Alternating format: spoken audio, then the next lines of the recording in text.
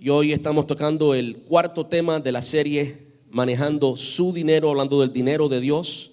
Y el tema de hoy es honrando a Dios en la multiplicación del dinero. Honrando a Dios en la multiplicación del dinero. Mateo 25:13 dice: y llamando a 10 siervos suyos, les dijo, o les dio 10 minas, y les dijo: negociad entre tanto que yo vengo. Y como cometí tantos errores leyendo solamente ese versículo, vamos a leerlo de nuevo. Y llamando a 10 siervos suyos, les dio 10 minas, y les dijo: negociad entre tanto que vengo. Ayúdeme a orar. Amante Rey, te damos muchas gracias en esta tarde, Señor. Gracias porque hemos podido, Señor, experimentar tu presencia. Y nos deleita, Señor, nos gusta poder sentirte, aunque no te servimos solamente cuando te sentimos, pero qué bueno es poder sentir tu presencia, poder tener una relación personal y real. Gracias, Señor. Gracias por esa gran oportunidad de poder entrar ante el trono del Dios Altísimo, el trono del Dios soberano, el que todo lo puede, el Creador. Entrar allí en tu intimidad y poderte decir lo que sentimos por ti, Señor. Muchas gracias. Padre, ahora nos disponemos para estudiar tu palabra y queremos rogarte que tú nos hables. Tú sabes, Padre, lo sensitivo que es este tema, específicamente el tema de hoy. Te rogamos, Señor, que tú toques cada corazón, que quites aquellas piedras, aquellos espinos que el enemigo pueda poner y que pueda usar para sacarnos, Señor, o para distraernos y que no lleguemos a escuchar verdaderamente tu corazón, a escuchar lo que tú quieres que hagamos en cuanto a la multiplicación del dinero, Dios mío. Te ruego que tu Espíritu Santo trate con cada uno de nosotros y prepare el terreno de nuestro corazón, para que esta tu palabra caiga en buena tierra y produzca mucho fruto para tu gloria y para tu honra. En el dulce nombre de tu Hijo amado Jesús, muchas gracias, papá. Amén y amén. Puede tomar asiento.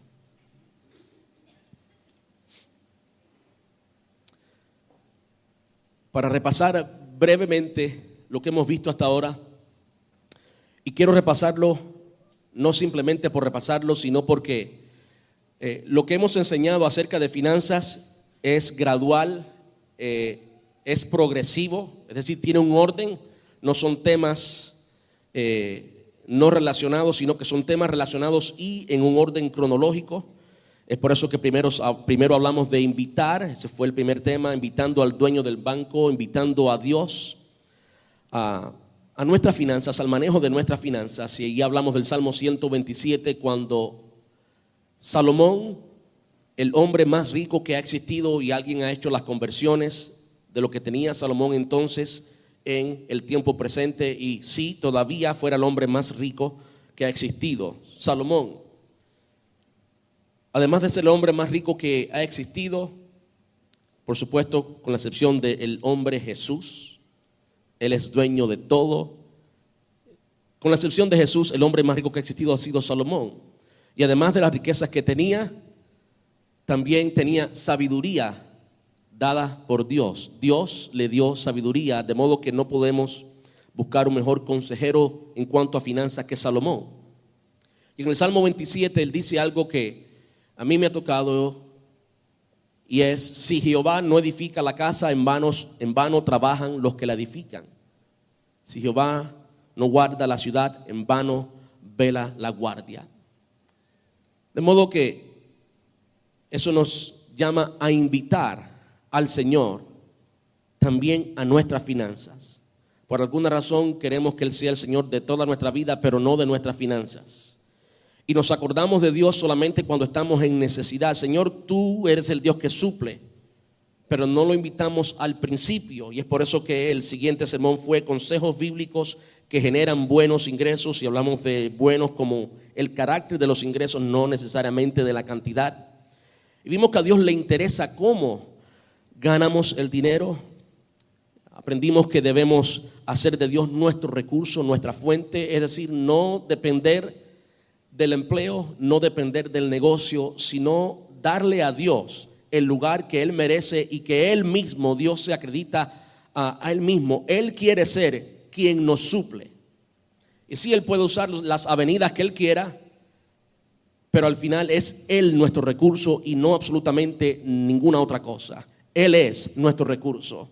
Y por eso vimos que podemos trabajar para Dios. No trabajar para el hombre, sino trabajar para Dios. Y vimos ciertos pasajes muy convincentes acerca de cómo debemos hacer todo, incluyendo nuestro trabajo, para el Señor y no para los hombres. Y también vimos cómo debemos cuidar nuestro corazón de la avaricia. Ese fue el segundo tema, consejos bíblicos que generan buenos ingresos. El domingo pasado vimos qué has hecho con lo que Dios te ha confiado. Y vimos que debemos ahorrar. Hay consejos bíblicos para ahorrar. Ahorrar no es de tacaños, ahorrar es de sabios. Y la Biblia nos aconseja ahorrar, vivir sin deudas. Yo siento que a veces nos cuesta creer que podemos vivir sin deuda. Porque en la nación americana, y me imagino que en muchas otras naciones también, no solamente en esta, un gran por ciento de la población vive endeudado siempre. Yo quiero decirles, la palabra enseña a vivir sin deuda. Y si la palabra enseña que podamos vivir sin deuda, entonces Dios va a hacer lo posible para que podamos vivir sin deuda. Si esperamos en Él, no hay nada bueno que Él nos niegue. Si lo necesitas, Él te lo va a suplir. Y no vas a tener que pedir dinero prestado para conseguir algo que Él no te ha dado. Y no vamos a repetir el sermón. Está en la internet, está en soundcloud.com, SoundCloud, nube de sonido, soundcloud.com. Y también está en YouTube y Vimeo, los videos. Así que usted puede conseguirlo allí absolutamente gratis, descargarlo, hacer como usted quiera con él. Ahorra, vive sin deudas, planifica y cuida cómo gastas. Yo creo que eso es una gran necesidad. Tenemos que mirar cómo gastamos. Muchos de nosotros ya hacemos ahora mucho dinero, pero según lo hacemos lo gastamos y vivimos igual que si no tuviéramos dinero ninguno. Dios nos ha suplido y lo que Él nos ha suplido lo gastamos y a veces lo gastamos mal y por eso no tenemos. Entonces, hemos visto diferentes pasos para darle salud a nuestra vida financiera y por supuesto todo lo que hemos visto lo hemos visto a la luz de las Escrituras. Un error que ha tenido la iglesia por mucho tiempo ha sido que la iglesia lo único que ha enseñado es tienes que dar diezma, tienes que dar diezma. Y eso vendría siendo lo último. Los pastores no hemos enseñado a la iglesia que Dios está interesado en cómo hacemos el dinero, en que hay principios bíblicos que siempre producen buenos resultados cuando administramos el dinero. Hoy vamos a hablar de un tema muy sensitivo, porque por supuesto trata de dinero, pero no es simplemente dinero, sino de riquezas. Trata de multiplicar el dinero. Y como vimos el domingo pasado, el dinero no es bueno ni es malo. El dinero es dinero y no tiene voluntad. El dinero es neutral. Lo que es bueno o malo es nuestro corazón. Y muchas veces cuando tenemos las finanzas, cuando tenemos el dinero, se descubre lo que hay en nuestro corazón. Pero el dinero no es bueno ni es malo. Usted puede usar la misma cantidad de dinero para una causa buena como para una causa mala. Lo malo no es el dinero, es el corazón del hombre por el pecado que habita en el corazón del hombre. De modo que eso me ayuda a decir, si somos el pueblo de Dios y el Espíritu Santo habita en nosotros y Él nos santifica, debemos manejar bien el dinero y debemos disfrutar de buenas finanzas, según el Señor nos haya bendecido, según la capacidad que el Señor nos haya dado. Yo estoy absolutamente en contra de la doctrina de la prosperidad. Creo que no es bíblico, creo que es una herejía. La doctrina de la prosperidad, no vamos a definirla ahora, no es bíblico. Ahora, hoy vamos a hablar de algo que sí es bíblico Y se trata de, sí, multiplicar el dinero. Y este sermón yo le he titulado Honrando a Dios en la multiplicación del dinero, pero a mi mente vinieron diferentes títulos. Y por ejemplo, uno de los títulos, ¿qué dice la Biblia de las riquezas? ¿Qué dice la Biblia de los negocios? Cuando Cristo es el centro de tu negocio. Temas que se me ocurrieron. Haciendo negocios para Cristo. Ese me gustó mucho, pero temí que las personas solamente de escucharlo iban a rechazar el sermón. Haciendo negocios para Cristo, porque suena como esta gente que predica la prosperidad y que quieren hacerse ricos y demás. ¿Debe un verdadero creyente buscar riquezas? Lo primero que quisiéramos poner por sentado, y está muy claro en la palabra de Dios, es que el reino de los cielos es espiritual, que el reino de los cielos no es comida ni bebida, como dice el apóstol Pablo a la iglesia en Roma, Romanos 14:17. El reino de Dios no es comida ni bebida, sino justicia, paz y gozo en el Espíritu Santo. Amén. Lucas 12:15, algo que también tenemos que tener muy presente. Mirad, guardaos de toda avaricia, porque la vida del hombre no consiste en la abundancia de los bienes que posee. No consiste en la abundancia de los bienes que posee. Muchas veces he oído a personas hablar de alguien pobre o de alguien que no tiene una buena profesión y que no tiene dinero, y hablar de esa persona despreciativamente, lo cual es un gran error.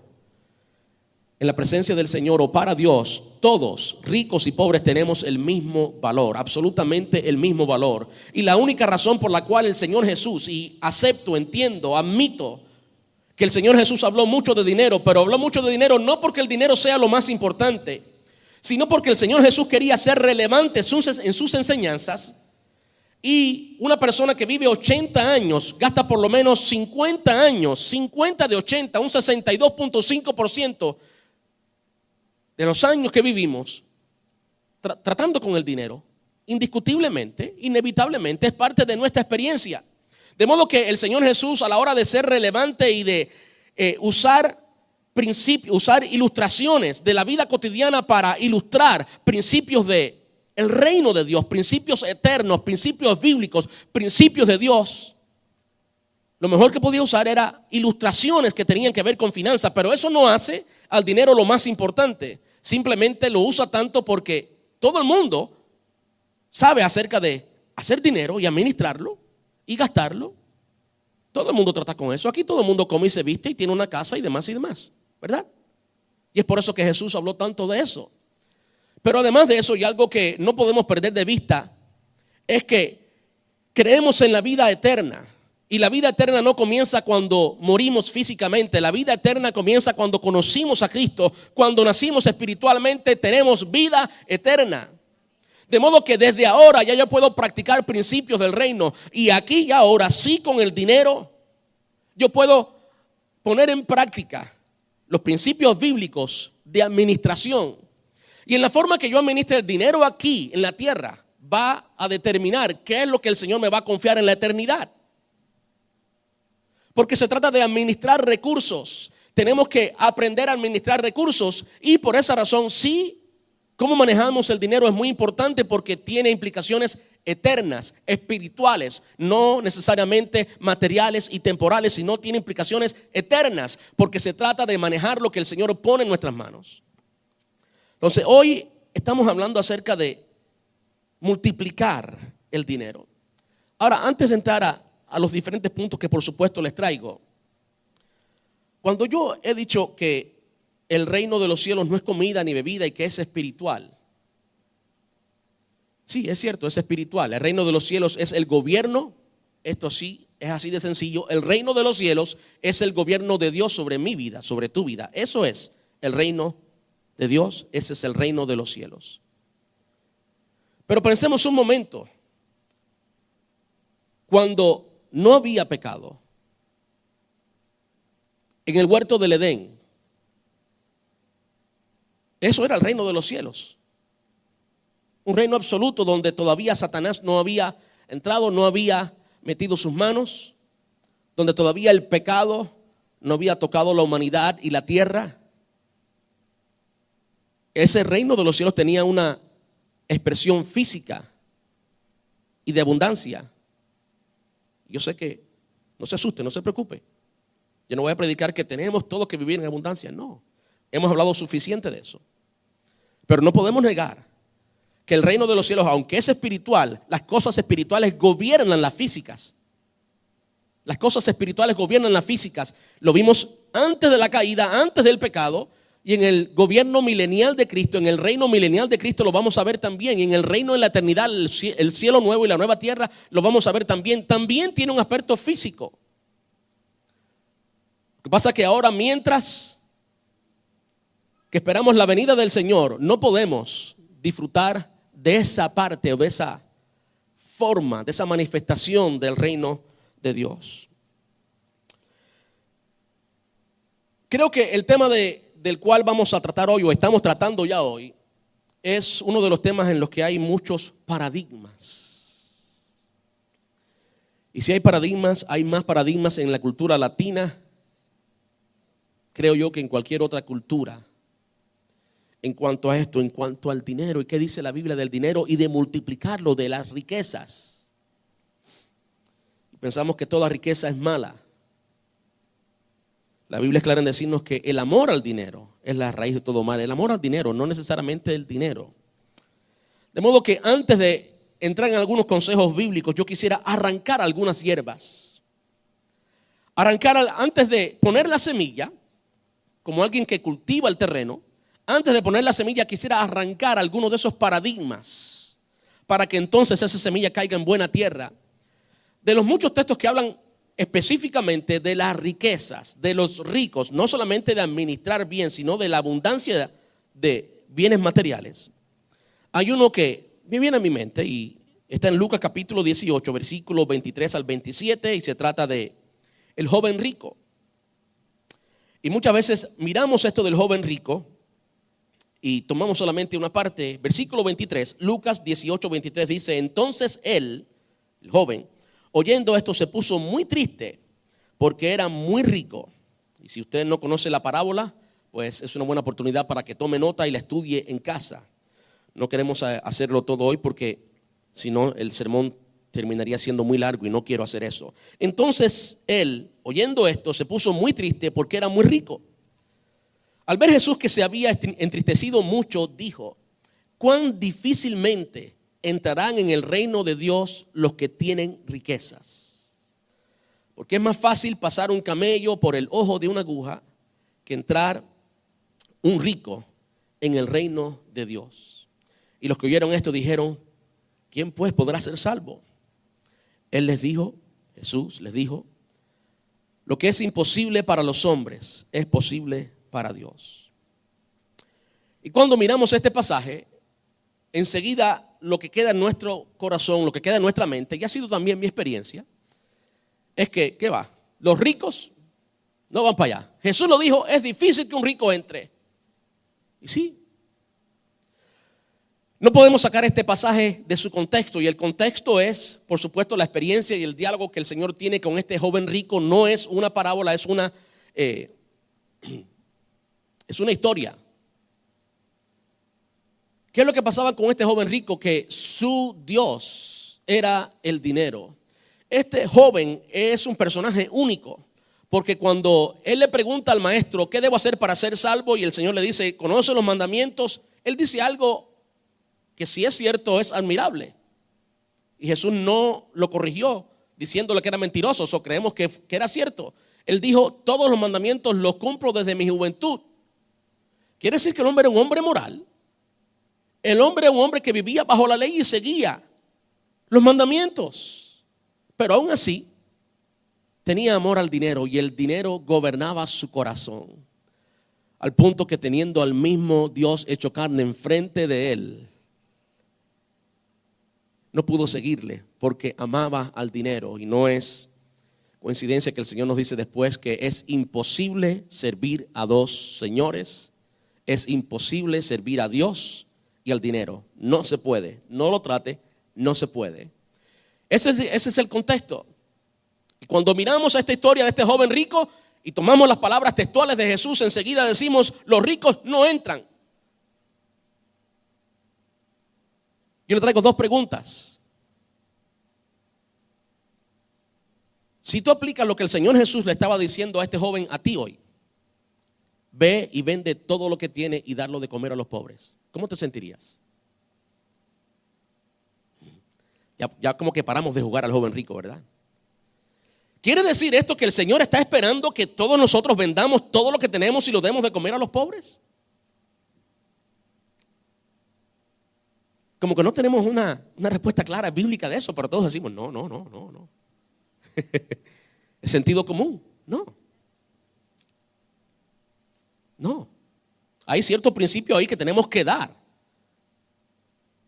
Lo que Dios estaba haciendo era derribando y haciéndole ver a este joven que su Dios era el dinero. Y aunque él seguía los mandamientos, quien gobernaba su corazón no eran los mandamientos, sino que era el dinero. Para que no haya confusión, el Señor lo dijo claramente en el versículo 27. Él les dijo, lo que es imposible para los hombres es posible para Dios. De modo que es difícil, y sí aceptamos que es difícil que alguien que tenga dinero y pueda disfrutar todos los placeres de esta vida termine entregándole su corazón al Señor y teniendo a Dios como Dios y no el dinero. Pero es posible. Lo que es imposible para los hombres es posible para Dios. Dios, Jesús, puso la aclaración de que sí pueden haber tales hombres. Y quiera Dios que nosotros podamos convertirnos en esos hombres, porque son también necesarios para la obra del Señor. Amén. Entonces, hay algo que yo aprendí de James McDaniel. Esta expresión que está en sus pantallas. Ahora, no enseñamos las prácticas económicas de Jesús. Escuche bien esto y escríbalo si es posible. No enseñamos las prácticas económicas de Jesús, sino que practicamos las enseñanzas o principios económicos de Jesús. Algo que tenemos que hacer a la hora de interpretar la palabra de Dios, de entender lo que la palabra de Dios dice, es razonar, es precisamente razonar. Cuando publiqué un video que publiqué en Facebook, como algunos de ustedes saben, acerca de la serie de finanzas, pues alguien me comentó algo un poquito fuerte allí en Facebook y lo hizo públicamente. Yo tuve que responderle también en público, que demuestra la mentalidad pequeña que tenemos en cuanto a esto. Pero Jesús nunca tuvo una casa. Jesús nunca tuvo una casa. Pero Jesús entró a Jerusalén montado en un burro. ¿Por qué no entró en un Lamborghini? Claro, no había Lamborghinis.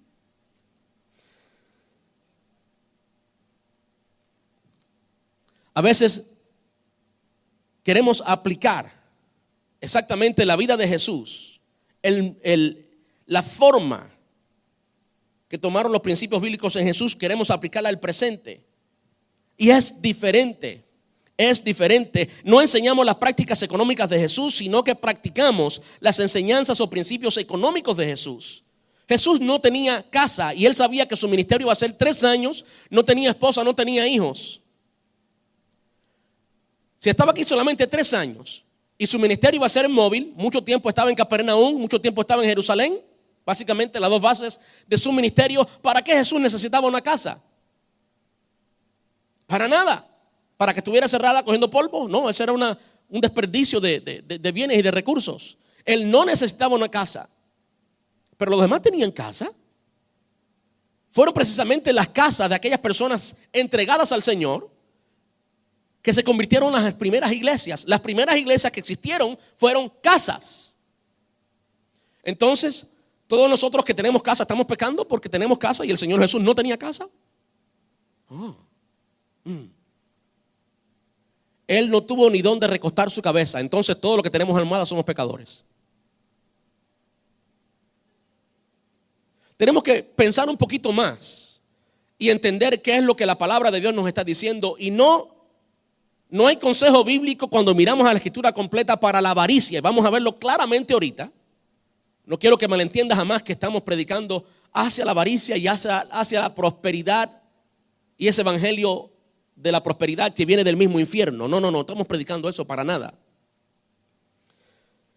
Para que usted entienda esta expresión, usted puede cambiar, por ejemplo, la palabra economía o económicas con matrimonio. Por ejemplo, no enseñamos las prácticas matrimoniales de Jesús si no estuviéramos todos solteros, sin casarnos. No, ¿verdad? No, yo quiero estar casado. ¿Cuántos quieren ser como Jesús? ¿Cuántos quieren ser como Jesús? Yo quiero ser como Jesús. Pero eso no significa que no voy a casarme. ¿Me están entendiendo? No enseñamos las prácticas matrimoniales de Jesús, sino que practicamos las enseñanzas matrimoniales de Jesús. ¿Qué es lo que practicamos? Que tenemos que buscar una buena esposa con el yugo igual, y tenemos que ser fiel a las esposas y amarlas y todo lo que la palabra enseña en cuanto a las esposas. Pero nada de eso tuviera sentido si seguimos el ejemplo literal y textual de Jesús. No nos casamos. Lo mismo con el ministerio. No enseñamos las prácticas ministeriales de Jesús, sino que practicamos las enseñanzas y principios ministeriales de Jesús. Si usted quiere ser lo más bíblico posible, pues entonces tuviera que quitarse la ropa que tiene ahora, ponerse sandalias, amarrarse, es algo que parece una falda. Los cubanos decimos algo que parece una bata de casa. Si yo predicara aquí hoy con esa ropa, ¿qué dirían ustedes? Se volvió loco el pastor, ahora sí que está tostado. Entonces, no enseñamos las prácticas ministeriales de Jesús, sino que practicamos las enseñanzas ministeriales de Jesús. No se trata solamente de tener 12 y de ir de pueblo. No es lo mismo, es diferente.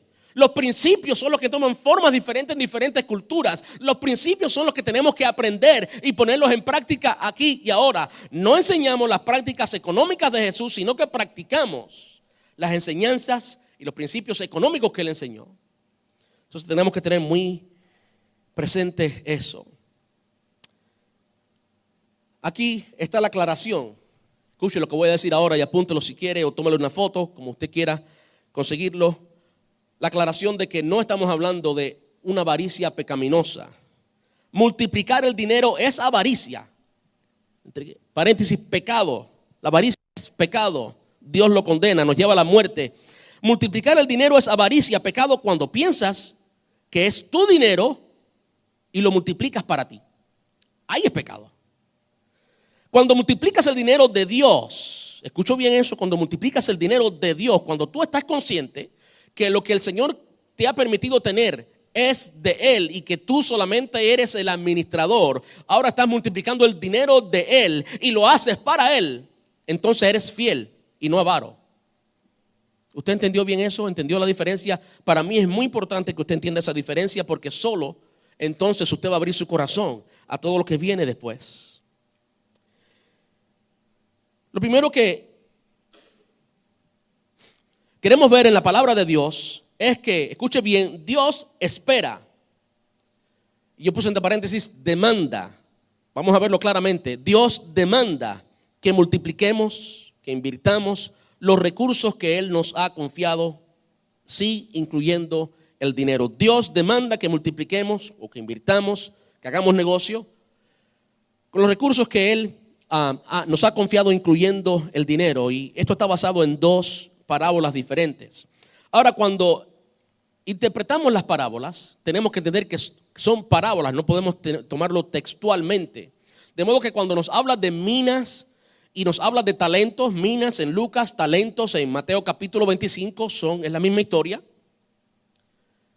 Sí se nos dice de algo que representa dinero, pero eso puede implicar todos los recursos que el Señor nos ha dado, incluyendo tiempo, dinero, habilidades, conocimiento, oportunidades. Todas esas son cosas que Dios nos da, que no las producimos nosotros, que vienen de Él, que es un acto de gracia que Él nos da. Pero dentro de todos esos recursos, el que más claro está en estas dos parábolas es precisamente el dinero. ¿Por qué? Porque se habla de cantidades y de multiplicar. De modo que sí implica los otros recursos que el Señor nos da. No podemos sacar el dinero de esos recursos. Sí, implica también el dinero. Lucas capítulo 19 es una de las parábolas que ya hemos visto. Ya hemos visto estas dos parábolas que vamos a ver. Y por eso voy a citar solamente algunos versículos de ellas. Lucas 19, versículos desde el 13 hasta el 26.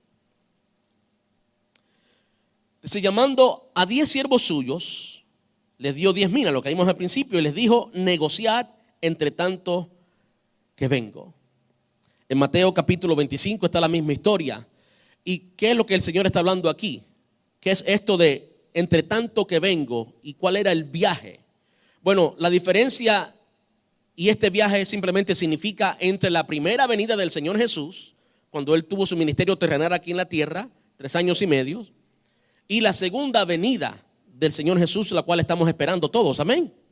Quiere decir que nosotros, la iglesia, estamos en este periodo, estamos incluidos aquí. Intencionalmente el Señor nos incluyó a nosotros aquí.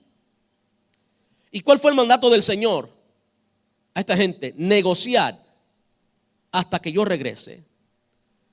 Yo estoy leyendo la Biblia, no estoy diciendo lo que a mí se me ocurre. Negociar hasta que yo regrese. Versículo 15. Después que lo coronaran rey, volvió, hablando de Jesús. Esto representa a Jesús. Después que lo coronaran rey, volvió y llamó a los siervos a quienes les había dado dinero. Quería saber qué ganancias habían tenido. El primer siervo informó: amo, invertí su dinero. Y cuando usted va al griego, esta persona era alguien que disfrutaba precisamente hacer eso.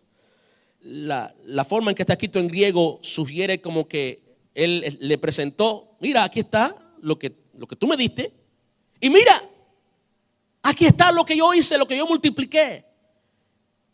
Implica alegría.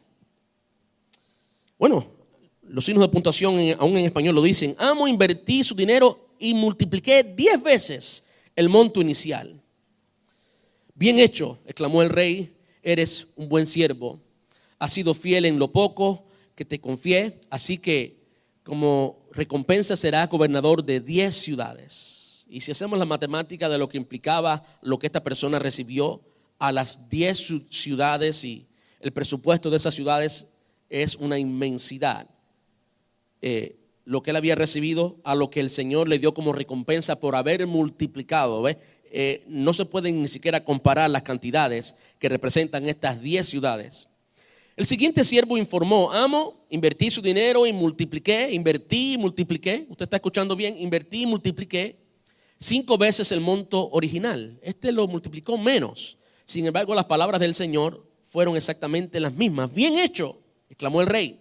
Será gobernador de 5 ciudades. Es correspondiente, es directamente proporcional a la forma en que él multiplicó. Pero el tercero, versículo 20, pero el tercer siervo trajo solo la suma original y dijo: amo, escondí su dinero para protegerlo. Tenía miedo porque usted es un hombre muy difícil de tratar, que toma lo que no es suyo y cosecha lo que no sembró. Siervo perverso, dijo el rey a gritos, tus propias palabras te condenan. Si sabías que era un hombre duro, que tomo lo que no es mío y cosecho lo que no sembré, ¿por qué no depositaste mi dinero en el banco? Al menos hubiera podido obtener algún interés de él. Luego, dirigiéndose a los otros que estaban cerca, el rey ordenó: quiten el dinero de este siervo y désenlo al que tiene 5 kilos. Y los que estaban allí dijeron lo mismo que diríamos nosotros: pero amo, él ya tiene 5 kilos. Y el rey dijo: sí. Y a los que usan bien lo que se les da, se les dará aún más. Pero a los que no hacen nada, se les quitará aún lo poco que tienen. Versículo 29. Porque al que tiene le será dado y tendrá más, y al que no tiene aún lo que tiene le será quitado. Y al siervo inútil, echarle en las tinieblas de afuera, allí será el lloro y el crujir de dientes. Y si miramos ese pasaje y entendemos esos 2 últimos versículos, habla incluso hasta de la salvación. Eso de echarle en las tinieblas de afuera, allí será el lloro y el crujir de dientes. Eso está serio. Eso está muy serio. No quiero abundar mucho en esto. Ahora, hay algo importante y algo que Mateo nos dice quizás un poquito más cuando nos narra esta historia. Mateo capítulo 25, versículo 15. Dice que Él le dio a cada uno conforme a su capacidad. Hay alguien por ahí, o hubo alguien, ya no vive. Y solamente con decir eso ya usted puede saber quién es, no voy a decir nombre, que decía que tu potencial era sin límites, que tú podías hacer lo que quisieras y ganar la cantidad de dinero que quisieras y sin límite, y era parte del evangelio de la prosperidad. Yo quiero decirle, Dios sí tiene límites para cada uno de nosotros, y precisamente pasar ese límite es pecado. Dios tiene límites para cada uno de nosotros, si no todos fuéramos ricos, si no hubiera ningún pobre, y imagínate, ¿a quién le ibas a vender y quién iba a trabajar para ti si todos son ricos? No hace sentido, simplemente no hace sentido ninguno. Dios tiene un límite, y Dios le da en su soberanía la capacidad a cada uno según Él le plazca, porque Él es soberano, porque Él decide hacerlo así y punto. Cada uno tiene cierta capacidad. Ahora, lo que dice Mateo 25:15 es que de acuerdo a la capacidad de cada uno, Él repartió. Entonces, aquel que tenía mucha capacidad, Él le dio mucho, y al que tenía menos, le dio menos, y al que tenía muy poco, le dio muy poco. Pero ese que tenía muy poca capacidad, por temor, dejó de multiplicar eso. Y lo que este pasaje ilustra muy claramente es que el Señor vino pidiendo cuentas por lo que Él entregó, y Él estaba esperando que tú multiplicaras. ¿Sí o no? Está muy claro ahí. El Señor está esperando que multipliquemos, que hagamos algo con lo que Él nos ha dado. Y sí, esto tiene implicación, o esto podemos practicarlo en otros recursos. Por ejemplo, las habilidades. Usted puede transmitir sus habilidades y su conocimiento a otras personas, como los maestros. Esto es precisamente lo que hacen. Enseñar a otros lo que tú sabes. Estás transmitiendo eso, estás multiplicando lo que tú eres y lo que tú conoces en otra persona. Y eso sí, está bien. Debemos hacerlo. No todos vamos a llegar a ser ricos. No estamos hablando de eso. Pero tenemos que todos multiplicar para nuestro Rey lo que Él ha puesto en nuestras manos. Lo que pasa con los latinos es que muchas veces no hemos hecho todo lo otro. No ahorramos, no planificamos, estamos en deuda y por lo tanto no tenemos. Y como no tenemos, ¿qué vamos a invertir? Ni siquiera pensamos en eso. Pero el consejo bíblico va mucho más allá y nos enseña que el Señor, cuando regrese, nos va a pedir cuenta por lo que nos ha dado, incluyendo sí el dinero. Si todo el dinero que el Señor te ha dado ha sido para ti, para ti, para ti, para ti, para ti y para ti, yo no sé qué tú le vas a decir al Señor. No se trata de mí. No. Eso entre tú y Él. Lo próximo es que Dios espera que seamos astutos al hacer negocios. Dios espera que seamos astutos al hacer negocios. Es una de las parábolas que vimos el domingo pasado, Lucas 16, versículos del 1 al 13. Yo estoy leyendo desde el versículo 8 porque el tiempo pasa. El hombre rico, aquí este hombre rico significa Dios, significa Jesús. El hombre rico tuvo que admirar a este pícaro deshonesto por su astucia. ¿Qué es lo que dice esta parábola? Algo muy parecido. El Señor pues reparte, el hombre rico en esta parábola, que representa a Jesús, reparte sus bienes a esta persona que es el administrador de sus bienes. Y ese administrador deshonesto comenzó a robar y a hacer negocios malos. Y las quejas llegaron al rey, al hombre rico, no al rey, al hombre rico, de que este mayordomo estaba malgastando los bienes del hombre rico. El hombre rico llega y despide del trabajo a este administrador, pero le da un tiempo para que arregle las cuentas. Escuche bien porque esto es muy importante. ¿Qué es lo que hizo este hombre deshonesto? Él falló en cierta ocasión. Aquí lo dice que el hombre rico, hablando o representando a Dios, tuvo que admirar a este pícaro deshonesto por su astucia. Ahora, la astucia que admiró el hombre rico, la astucia que admira a Dios, no es lo que él había hecho antes, sino lo que había hecho o lo que hizo después que estaba despedido del trabajo. El Señor le dio cierto periodo de tiempo, le dijo: arregla las cosas y entonces pues te despido. ¿Qué fue lo que hizo este hombre? Este hombre fue y le dijo a las personas a quien él había vendido: ¿cuánto debes? ¿Debes tanto? Bueno, corta la deuda y paga tal cantidad, ¿verdad? Y usted está diciendo: bueno, pero le estaba robando el dinero al dueño. Le estaba robando el dinero al hombre rico. No, eso es lo que estaba haciendo. Lo que había pasado es que el hombre rico le decía a este mayordomo, ¿ok? Aquí está, tú inviertes, lo que yo recibo para atrás es esta cantidad, lo que tú ganes por encima de eso es tu ganancia. Y este hombre, esa diferencia que vemos ahí en la negociación que le dice a las personas que debían dinero, como uno le dice, no, tú debes 80, bueno, pues escribe 50, le perdonó 30, ese 30 era la ganancia de él. Este 30 era la ganancia de él. ¿Me entiende lo que hizo este hombre? Este hombre fue astuto. Incluso, vamos a leerlo. El hombre rico tuvo que admirar a este pícaro deshonesto por su astucia. Y la verdad es que, escuche bien porque esto es muy cierto, que los hijos de este mundo son más astutos que los hijos de la luz al lidiar con el mundo en que los rodea. ¿Cuántos no creyentes usan los principios bíblicos de negocio mejor que los creyentes? Son hasta más éticos que los creyentes. Eso nos debe dar vergüenza. Aquí está la lección. Usen sus recursos mundanos, hablando del dinero, sus recursos mundanos para beneficiar a otros y para ser amigos. Entonces, cuando esas posesiones terrenales se acaben, ellos le darán la bienvenida en un hogar eterno. Y esto de hogar eterno implica que esas ganancias y ese manejo del dinero lo invirtamos en cosas eternas, en personas.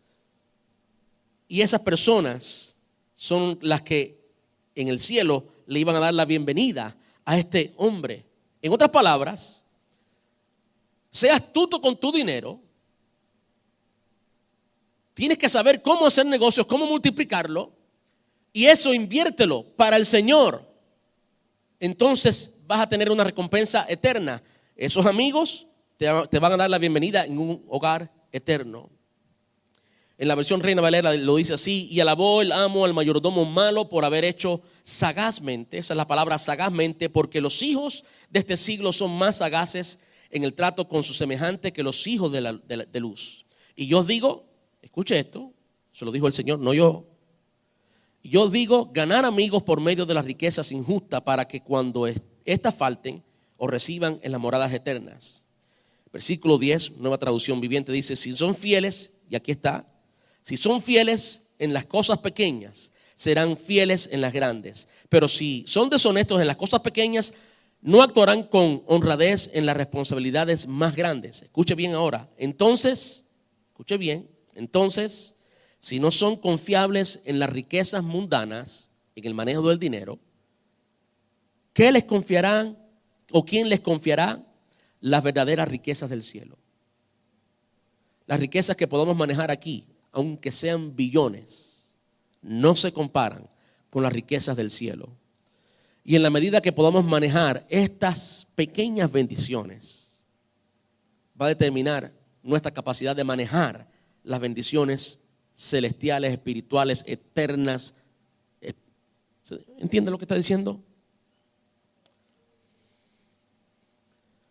Hay un problema que tenemos y es que pensamos que ser astuto es pecado. No estoy hablando de meter mentira, no estoy tratando de engañar a nadie y de usar algo que sea pecaminoso, por supuesto que no. Escuche lo que dice Mateo capítulo 10, versículo 16. He aquí, yo os envío como ovejas en medio de lobos. Sed pues prudentes, astutos, sabios como serpientes y sencillos como palomas. Y claro, en esta ocasión el Señor estaba enviando a los 12 y les dice a esos 12 que iba a venir persecución. El contexto, no quiero sacar el pasaje de su contexto, ese es el contexto. Pero en ese contexto el Señor le dice algo que lo hemos tomado parcialmente, y es que debemos ser sencillos como palomas, mansos como palomas. Sí, nos encanta esa mansedumbre como palomas, y está bien, eso es muy bueno. ¿Y la astucia de la serpiente dónde la dejamos? ¿Qué? ¿Por qué es serpiente? Entonces no, porque la serpiente es símbolo del enemigo. No, tenemos que entender lo que el Señor nos está diciendo. Dice: sed astutos como serpientes. Debemos serlo. Es lo que el Señor dijo, no lo estoy diciendo yo. Debemos ser astutos. El Señor alabó a este hombre aunque había hecho algo y lo despidió. Ese hombre quedó despedido. pero tuvo que alabarlo por la astucia que tuvo al hacer negocios. Entonces, tenemos que aprender cómo hacer negocios. Y hay algunos, ya el tiempo ha pasado, hay algunos consejos que la Biblia nos da y voy a decirlo bien rapidito. Astucia es sinónimo de prudencia. Cuando usted busca Mateo 10, 16 en diferentes versiones, va a ver que algunas versiones usan la palabra prudentes, algunas usan astutos, algunas usan sabios. Son sinónimos, básicamente en el contexto significan eso. De modo que usted tiene que tener sabiduría, prudencia, astucia a la hora de hacer negocios. Ahora, hay un pasaje que nos escribe el medio hermano de Jesús, Santiago capítulo 1, versículo 5. Y si alguno de vosotros tiene falta de sabiduría, pídala a Dios, el cual da a todos abundantemente y sin reproche, y le será dada. ¿Saben? Si el Señor nos pide algo, el consejo bíblico en general es que Él nos va a equipar para hacer eso. Es decir, si la palabra nos pide que amemos a nuestros enemigos, el Señor nos dio el Espíritu Santo. Y como fruto del Espíritu Santo en nuestra vida está el amor de Dios. Él nos equipó para cumplir con su mandamiento. ¿Me están entendiendo? Él nos equipa para todo lo que nos manda. Si Él nos está mandando a que seamos astutos y que multipliquemos el dinero, y muchas veces necesitamos tanta sabiduría, hay tantas cosas que no sabemos y por eso no somos buenos negociantes, por eso no ganamos, no podemos multiplicar el dinero porque nos falta la astucia. Este pasaje nos dice literalmente algo que a mí me encanta y que yo he orado con ímpetu este pasaje. Señor, dame más sabiduría, enséñame más. ¿Cuántos quieren esa sabiduría? Yo necesito esa sabiduría y la promesa aquí, esto es una promesa. Si alguno tiene falta de sabiduría, si alguno tiene falta de astucia, si alguno no es astuto, no es prudente, en cuanto a los negocios también. Bueno, pídele al Señor. Señor, dame inteligencia. Déjame entender cómo es que funciona los real estate. Déjame entender, Señor, cómo es que funciona los stock, la bolsa de valores, aunque yo no sé. Esa para mí no ha sido respondida todavía, no he llegado allí. Debe ser nuestra oración. Ahora hay consejos bíblicos y estos son los consejos bíblicos. Primero, planifica. Vimos planifica ya a un nivel personal. Ahora estamos hablando de planificar a nivel de negocio. ¿Usted quiere tener un negocio? Bueno, tiene que planificarlo. No puedes hacerlo a lo loco. No puedes hacerlo estilo latino. No es a lo loco, no. Más te vale que lo planifiques y que lo escribas. Una de las cosas que yo he visto, siempre lo había escuchado, pero ahora lo he experimentado, se ha hecho real en mi vida, es escribir las cosas, aún para la iglesia.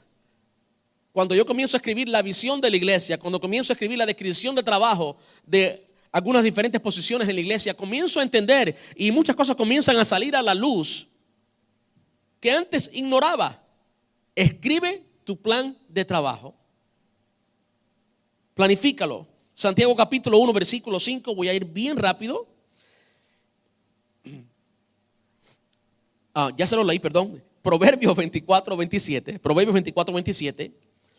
Antes de construir tu casa, haz tus planes y prepara los campos. Planifica. Sigue sencillo.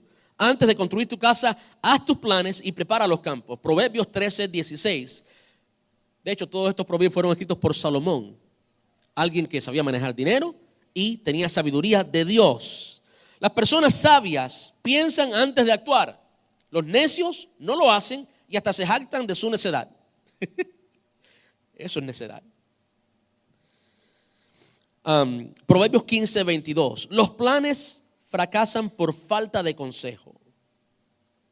Muchos consejeros traen éxito. En la abundancia de consejo está la sabiduría. En la abundancia de consejo está la sabiduría. Entonces usted no puede lanzarse así por así a cualquier tipo de negocio porque alguien le dijo que da buenos resultados. Porque el ROI, Return of Investment, es excelente y te da un 50% para atrás. No, tú tienes que planificar y dentro de esa planificación tú tienes que informarte, tú tienes que conocer, tú tienes que adquirir información de qué tipo de negocio tú vas a hacer y tienes que preguntarle a las personas que hacen esos negocios, aunque te cueste dinero, invierte en tu conocimiento porque eso es lo mejor que puedes hacer. La mejor inversión que puedes hacer es invertir en tu conocimiento, infórmate, ve a conferencias, empápate bien. Los planes fracasan por falta de consejo. Muchos consejos traen éxito. En la multitud de consejos está la sabiduría. ¿Quieres ser sabio en cómo manejar esto? Planifícalo.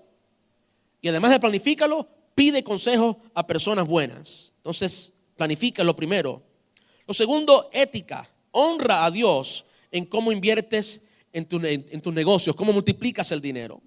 Aquí voy a citar solamente un versículo, Eclesiastés, también escrito por Salomón, Eclesiastés 12:13. Aquí culmina el relato. Esta es la conclusión de la sabiduría de Salomón. Mi conclusión final es la siguiente: teme a Dios y obedece sus mandatos, porque ese es el deber que tenemos todos. Teme a Dios, sé obediente. ¿A quién Dios puede bendecir? ¿Quién Dios puede multiplicar? ¿A quién Dios puede hacer una persona próspera y próspera bíblicamente?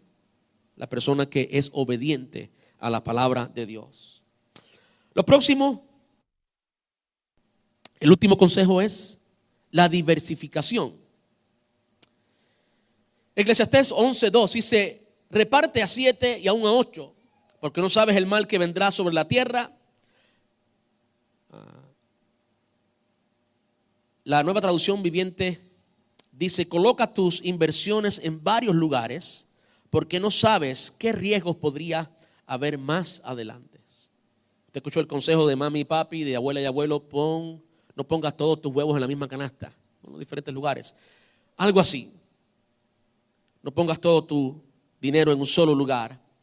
Eclesiastés capítulo 11 versículo 6: siembra tu semilla por la mañana y por la tarde no dejes de trabajar, porque no sabes si la ganancia vendrá de una actividad o de la otra. No sabes cuál va a dar resultado. Invierte en ambos lados. Invertiste aquí, tienes un negocio aquí, no dejes el trabajo. Sigue trabajando hasta que tu negocio te dé suficiente y entonces multiplícalo y ponlo en diferentes lugares. Eclesiastés 5 del 13 al 14 dice: he notado otro gran problema bajo el sol. Acaparar riquezas perjudica al que ahorra. Acaparar. Escuche bien, acaparar es la palabra clave ahí. Perjudica al que ahorra. Se invierte dinero en negocios arriesgados que fracasan y entonces todo se pierde. A fin de cuentas, no queda nada para dejarle a los hijos. Y ahí nos habla, una vez más, de estas promesas falsas que nos hacen. Que te vas a ver millonario de la noche a la mañana. Y con una oferta así, ¿qué hace el inocente y que no sabe? Le voy a decir como lo dice la Biblia: ¿qué hace el necio? Todo, boom. Y por eso se queda sin nada. Porque lo invierte todo en un lugar y no lo invierte correctamente, no lo hace con todos estos principios que hemos hablado. Yo escribí algo que dice así: no multiplicar los recursos que Dios nos ha dado, incluyendo el dinero, es una muestra de egoísmo. Escuche bien y no me malentiendan. No multiplicar los recursos que Dios nos ha dado es una muestra de egoísmo, pues esto demuestra que estamos pensando solo en nosotros y no en el impacto que su dinero puede producir en su reino. Por último, yo quiero hablarles de hombres y mujeres de Dios. Hombres y mujeres que eran íntegros, que amaban a Dios, gente de Dios, a quien Dios bendijo. Abraham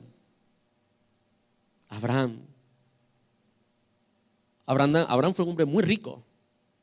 La primera persona que alguna vez literalmente dio los diezmos fue Abraham, y lo dio voluntariamente. No había ley que le exigiera diezmos. Él lo dio voluntariamente. Era un hombre generoso y daba de lo mucho que tenía. Dios lo bendijo grandemente. Pero ¿qué hizo Abraham? Cuando el Señor le pidió su hijo, lo que más amaba, él fue hasta allí y levantó el cuchillo para... Dios probó la fidelidad de Abraham, su corazón, estaba con el Señor. Abraham se ganó el título de amigo de Dios. Dios puede bendecir y multiplicar las finanzas de un amigo. Él quiere multiplicar las finanzas de un amigo. José. ¿Quién multiplicó y quién bendijo a José? Fue Dios quien bendijo a José. A David, a María Magdalena. Algo que me encanta de David. David tenía también todo lo que él quiso. Pero él dijo, prefiero estar un día a las puertas de la casa de Dios que 1000 fuera de él. Y 1000 días para David eran 1000 días de rey, no eran 1000 días de miseria. Ese es el corazón que Dios puede bendecir. ¿Se da cuenta? Esas son las personas que Dios usa para hacer las finanzas del reino. En la vida de José, ¿sabe usted que José fue la persona que Dios usó para preservar su pueblo Israel en un tiempo de necesidad? ¿Cómo lo hizo? Él multiplicó fielmente en temor a Jehová el dinero. Y así su familia, Israel y todos sus hermanos fueron preservados para el plan de Dios. El plan de Dios era la salvación, era Jesús.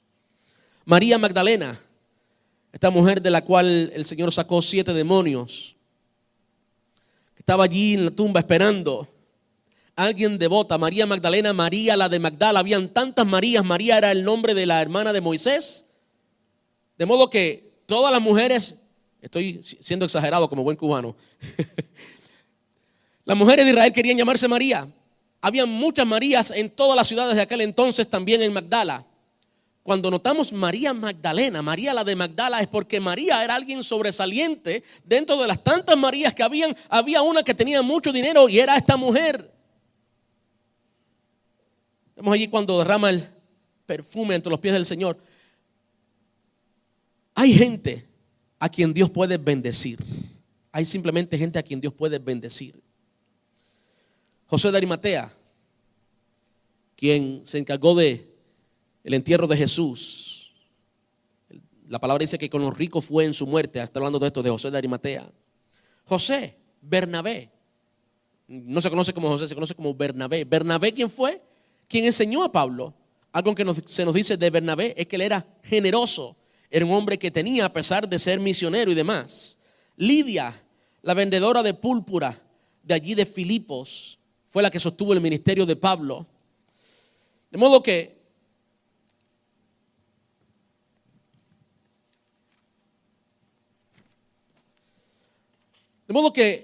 el Señor quiere equipar a personas para eso, para multiplicar el dinero. Él ha llamado a algunos para pastor, ha llamado a algunos para dentistas, ha llamado a algunos para mecánicos, ha llamado a otros para ser negociantes y multiplicar el dinero. Y si ese eres tú, no cierres la puerta, ni tampoco dejes que el dinero se adueñe de tu corazón. Más bien, recíbelo y manéjalo.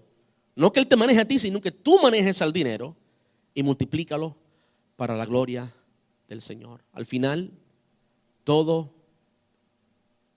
es de Él. Todo fue hecho para la gloria y honra de su nombre.